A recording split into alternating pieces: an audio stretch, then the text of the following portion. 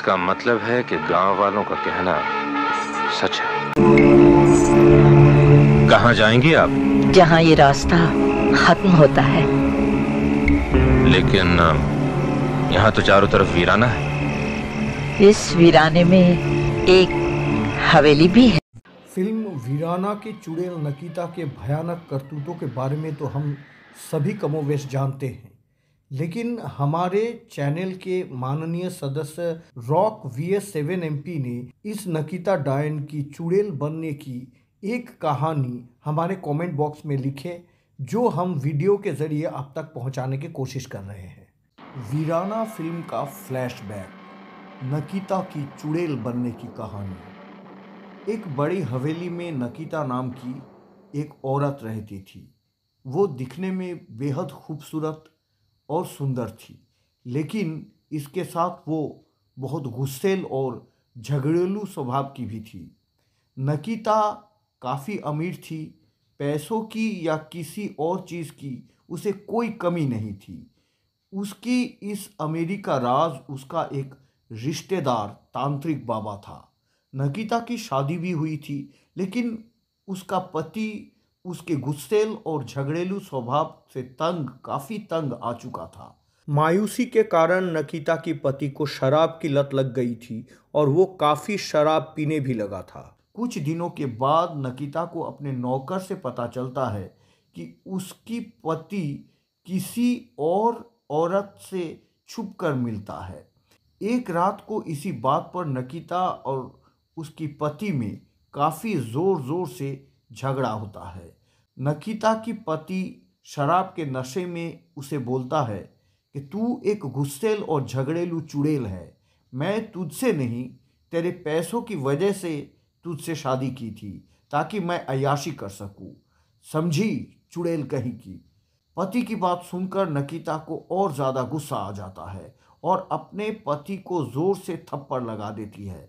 नकीता ने थप्पड़ मारा, इसलिए उसके पति का गुस्सा और बढ़ जाता है और गुस्से में वो अपने बेड के नीचे से एक एसिड की बोतल निकालता है जो वो पहले से छुपा के रखा था।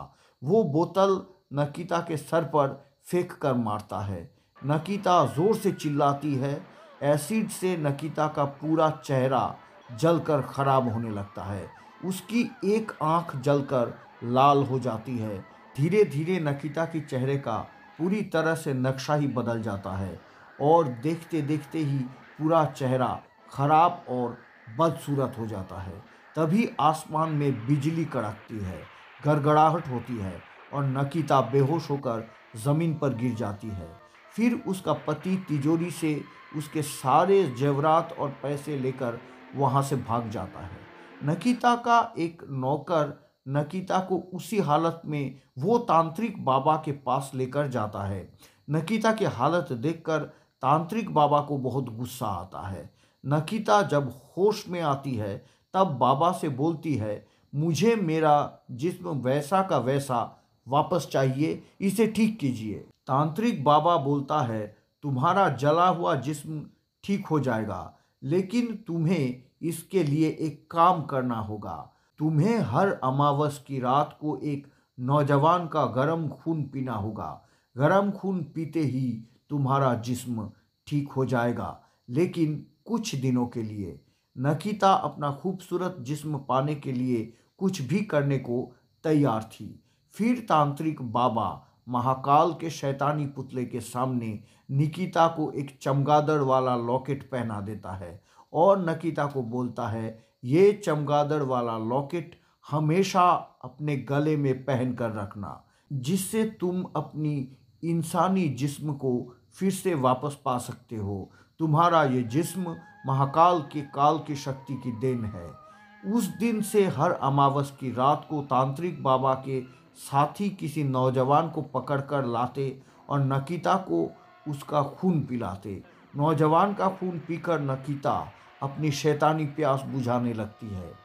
कुछ साल बीतने की वजह से नकीता का शैतानी जिस्म और ज़्यादा घिनौना और खौफनाक बन चुका था।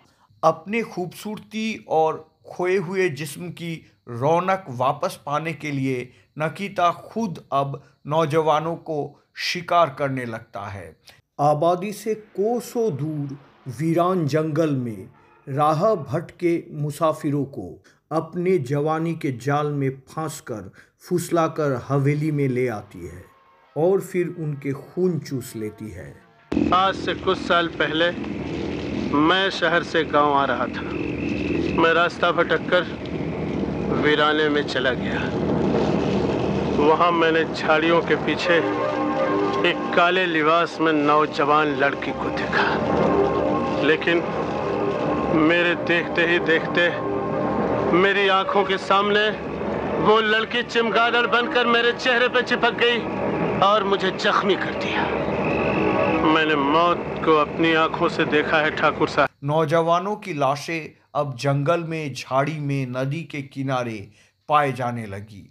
एक रात को सुनसान रास्ते पर नकीता एक गाड़ी से लिफ्ट मांगती है। वो गाड़ी चलाने वाला आदमी और कोई नहीं बल्कि ठाकुर महेंद्र प्रताप का छोटा भाई समीर प्रताप था। वीराना फिल्म में जब हवेली के बाथरूम में नकीता का चमगादड़ वाला लॉकेट गले से खींचा जाता है, तब नकीता अपने असली खौफनाक रूप में आती है। वही चेहरा जैसे किसी ने उस पर एसिड फेंका हो। और इसके बाद ओम शक्ति के बल पर नकीता को गांव में ले जाकर फांसी दिया जाता है। खत्म कर दो इसे। कहानी कैसी लगी इस बारे में अपना विचार कमेंट बॉक्स पर ज़रूर बताइएगा।